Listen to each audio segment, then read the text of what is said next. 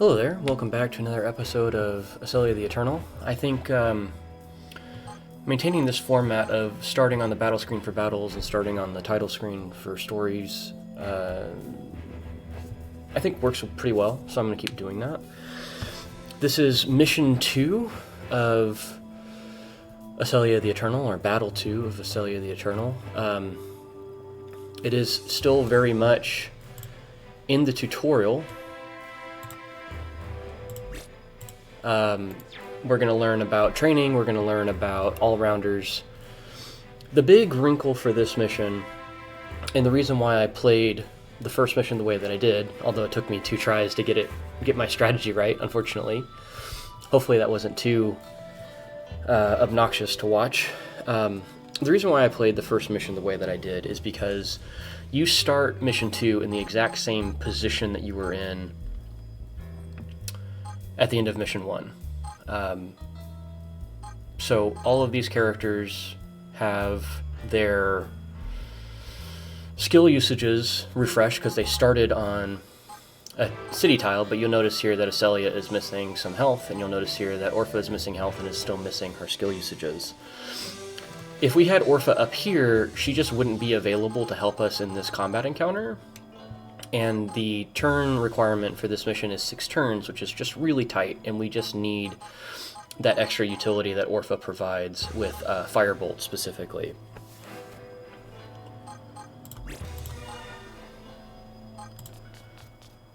Now, this is the first real opportunity that we have to train. We could have trained in Rakios, but Laos is really the first time that you're going to train realistically for most players, because you're really not going to try and spend a lot of time in Rakios on Mission 1. And in particular, we need to train Aselia in order to get Ice Banisher level 2 in order to counter Inferno, which is a level 6 spell, I believe, is the way that the game explains it. Basically, Inferno is a guaranteed wipe if we don't banish it. And there's just no way for us. I have not been able to personally find a way to beat this mission in a timely manner without having Ice Banisher 2. So that's what we're going to do here. Obviously, first thing that we're going to do is we're going to move Orupha down to the town because we're going to need her soon. We're going to split up Aselia from the formation because we can only train one character in the formation at a time. And we really only need 1 level on Aselia in order to get Ice Banisher 2. But if we can do additional training, we will. And then time is of the essence, so we're going to attack with Yuto and Aselia.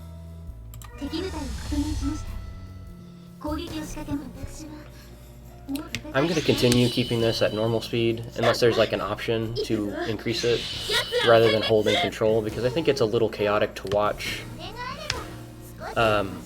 when I'm trying to skip everything. So hopefully this is not... It's a little tedious for me, hopefully it's not tedious for you guys. I'll look at the options at some point and see if there's a way that I can speed it up, but for the time being I think this is a little bit more pleasant to watch, maybe is the right way of phrasing it. Yuto should be able to 2-shot this defender, which is what we need, and Aselia can block this attacker, which is what we need. Pretty straightforward, pretty simple. Again, we're just trying to break up or defeat as many spirits as we can in a couple number of turns. We want to make sure that we're starting combat against the boss on turn 5, because it's going to take us 2 turns to defeat the enemy.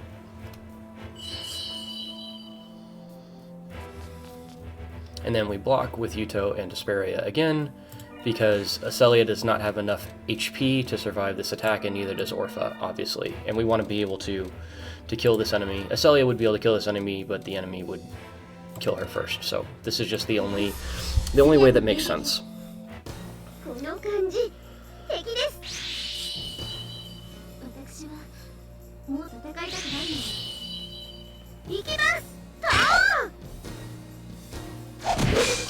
Aselia is a weird character.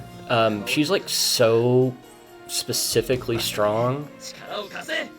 She almost feels kind of overtuned for this point in the game. Like, you would expect your primary defender to be taking damage, but it really feels like the conversation is between having Aselia kind of on her own, doing her own thing, versus having her in a formation. She's a pretty decent attacker as well, but she has enough natural bulk that she can actually take a critical hit, which none of the other characters really can consistently. Alright, so we're going to switch back to Leap Attack 2 and Ice Banisher 2 here. This is really important. You need Ice Banisher 2 in order to complete the mission. Okay. So we're on turn 2. With turn 2, we're going to attack with... We're going to attack with Aselia. She will be able to two-shot this enemy, which takes the formation out of rotation. Since this formation can't attack, they're really not threatening to us, but they're also not going to attack us during our defense phase, so we have to be able to defeat them during our attacking phase.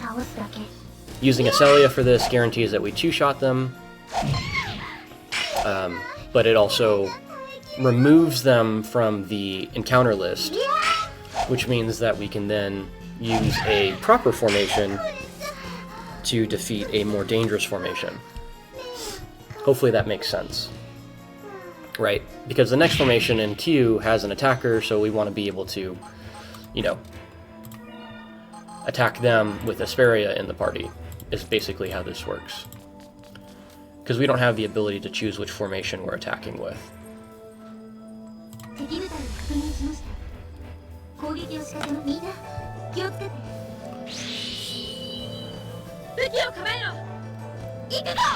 Caballo. We're speaking Spanish now.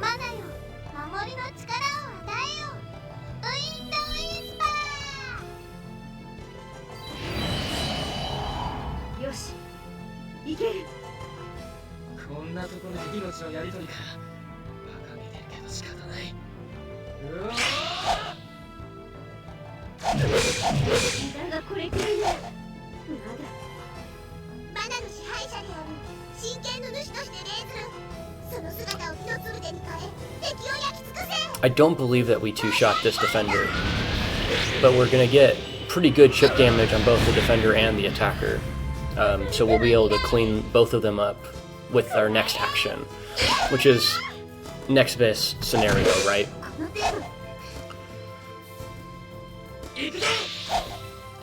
It allows us to kill 2 enemies in a formation with 2 actions rather than 1 enemy with 2 actions, is basically the way that I would phrase that. And this is really what we need Orupha for. We end up taking her out of the team pretty quickly. Alright, they're going to attack us.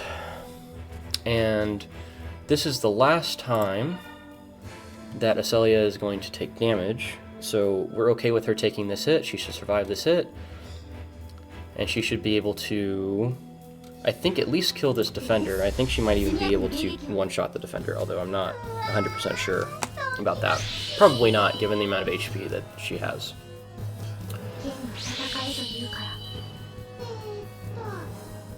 But she will do more damage than Yuto will, right? Yuto has a 350 power attack, and Aselia has like a 420, so she should be able to two-shot this defender, whereas Yuto would not be able to. So that's the real big distinction here.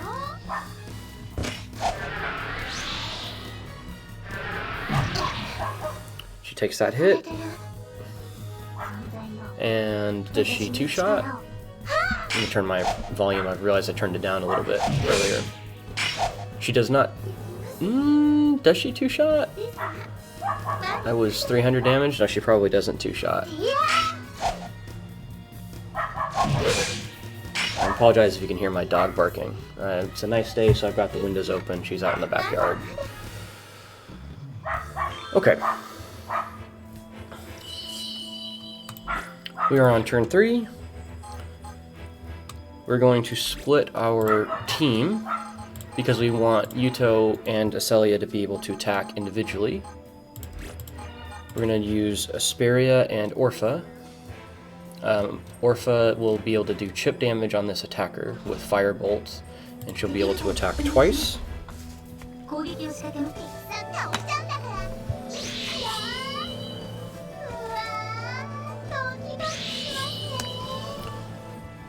So Orupha would not be able to survive this attack from the attacker, but so we need to put her with Aselia, but we don't necessarily need an attacker in this team, because then we wouldn't get full value out of Orupha in this case. If that makes sense.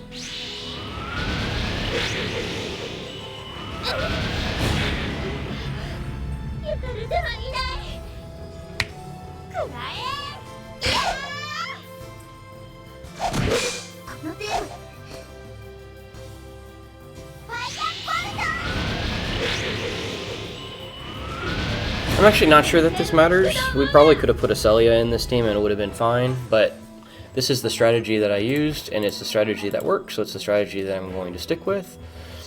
And then Aselia has enough HP to survive this hit, and this is going to be the last time that she gets attacked, so we're not super worried about her health. Again, she's going to heal up on town, in the town at the beginning of the next turn, so we can play around with her HP totals a little bit more than we would be able to otherwise.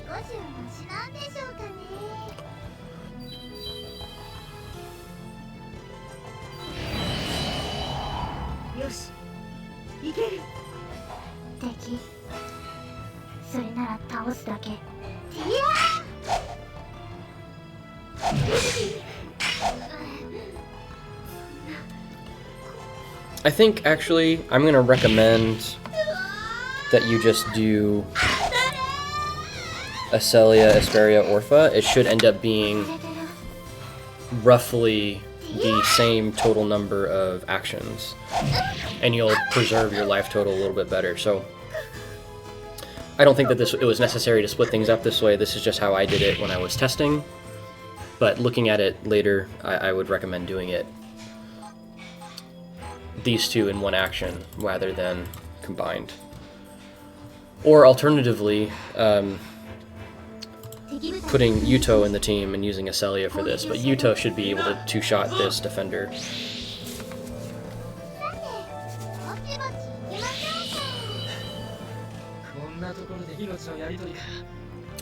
But this gives us flexibility, because it means that we have multiple units that we can counterattack with if we need to on our defensive phase.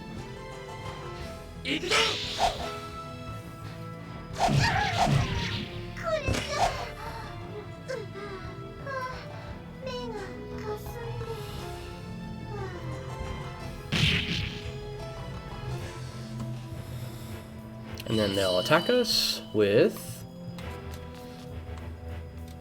And then we're going... Obviously, Aselia can't survive this. Orupha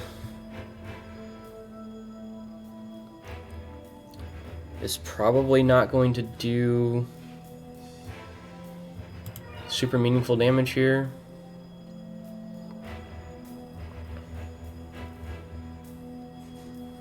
So I have it written down to defend with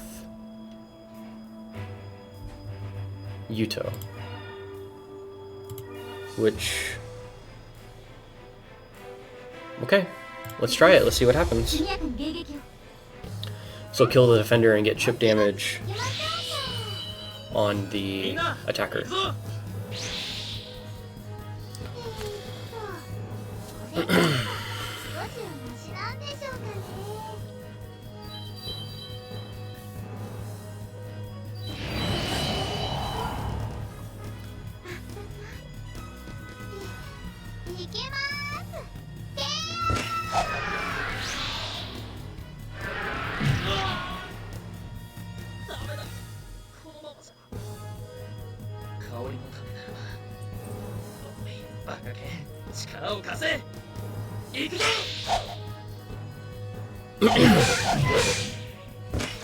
Just barely beat that defender. And then we get a critical strike on the attacker. This attacker is kind of a problem because they have so much health. Oh, we attacked the defender. Okay. Or attack the supporter. Okay. Turn 4. We're going to swap Aselia and Orupha, and we're going to put these two together. This is a little bit of a cheeky strategy here, but one that does matter. Because Orpha's at full HP, she can survive this hit, and because her Firebolt targets the attacker, and the attacker's at full HP, we're going to get maximum effectiveness out of Orupha while still preserving the other 3 characters to attack as a single formation. We have to be able to defeat this formation on this turn, and whichever formation defeats this formation will occupy that node, meaning whatever combination of characters that we have for this second attack after this is going to be the formation that we have to use to fight the boss. So it has to be Aselia, Asperia, and Yuto, otherwise we just cannot defeat the all-rounder on time, unfortunately.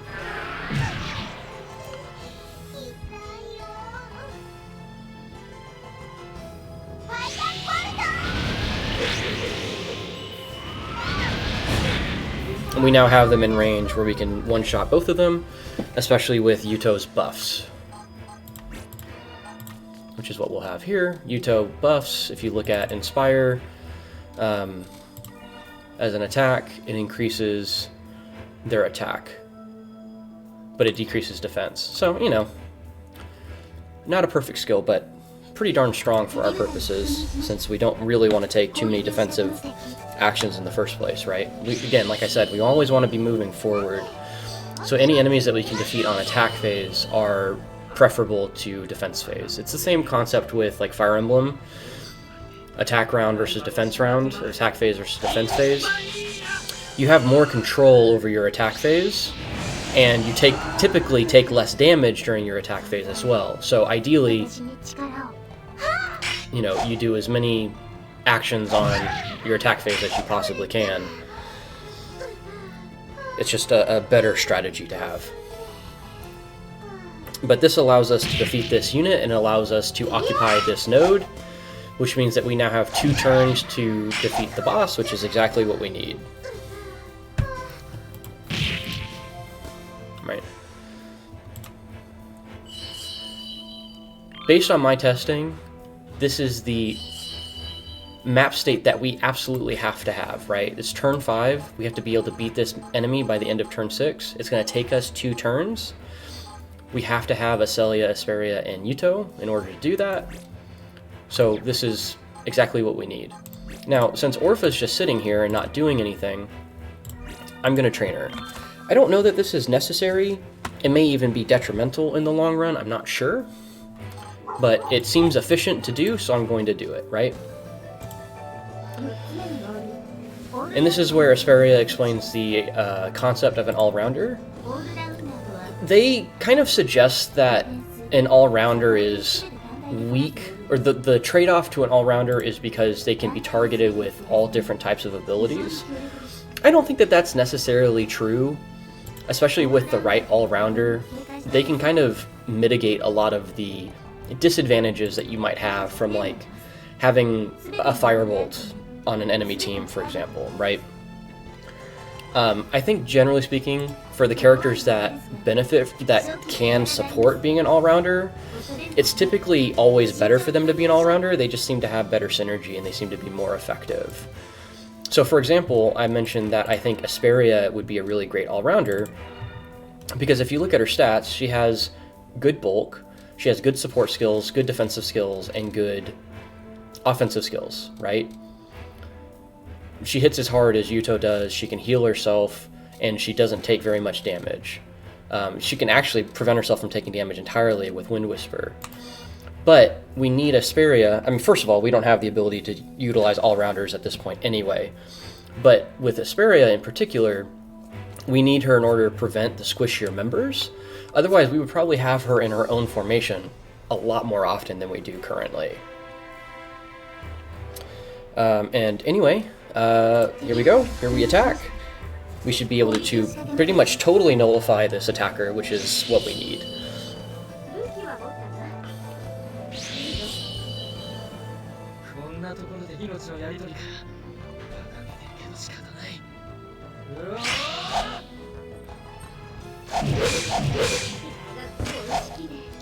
We do about 2/3 of her HP in one round, but Orpha's not strong enough to do anything with Fireball, and obviously she's not available right now anyway, because she wouldn't be on the right node. So again, this is just the best way that I could come up with to make this battle work within the limitations. With that one alteration I would make to the strategy on turn 3. This is, I'm not going to say it's optimal, but it works, right? Which is kind of the point.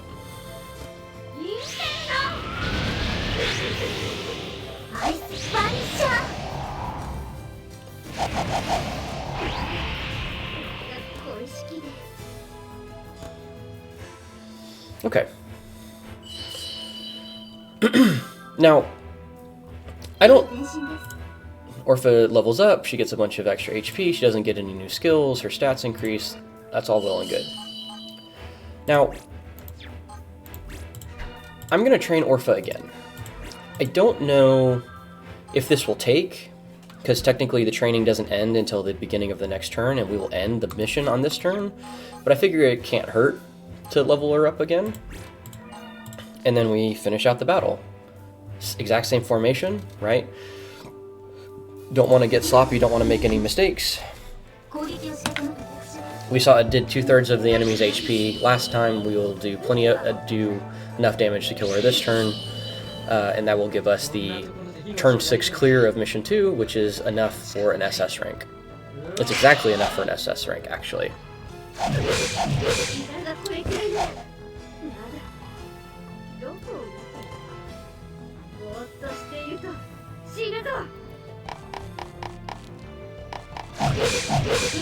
And again, like I said, I mean, this has been pretty precise so far. I don't know that we had a lot of leeway to do things any differently. I don't know that we could have trained anybody an extra turn or anything like that. So I hopefully will find out if we can do the next couple of missions in SS rank as well. And this hit should kill, I believe. Yeah, just barely.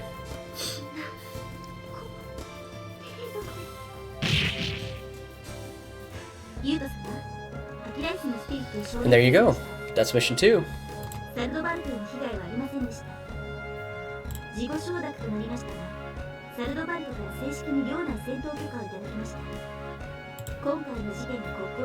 you go. We've avoided an international scandal too. Perfect for everybody.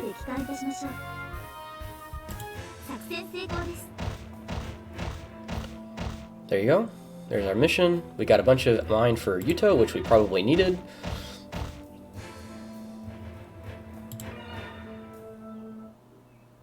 And that's it.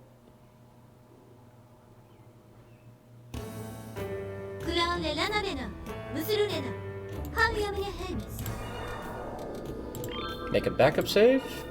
And I'm going to stop the recording there. Next mission will be, or next video will be another story segment. See you then. Thanks for watching.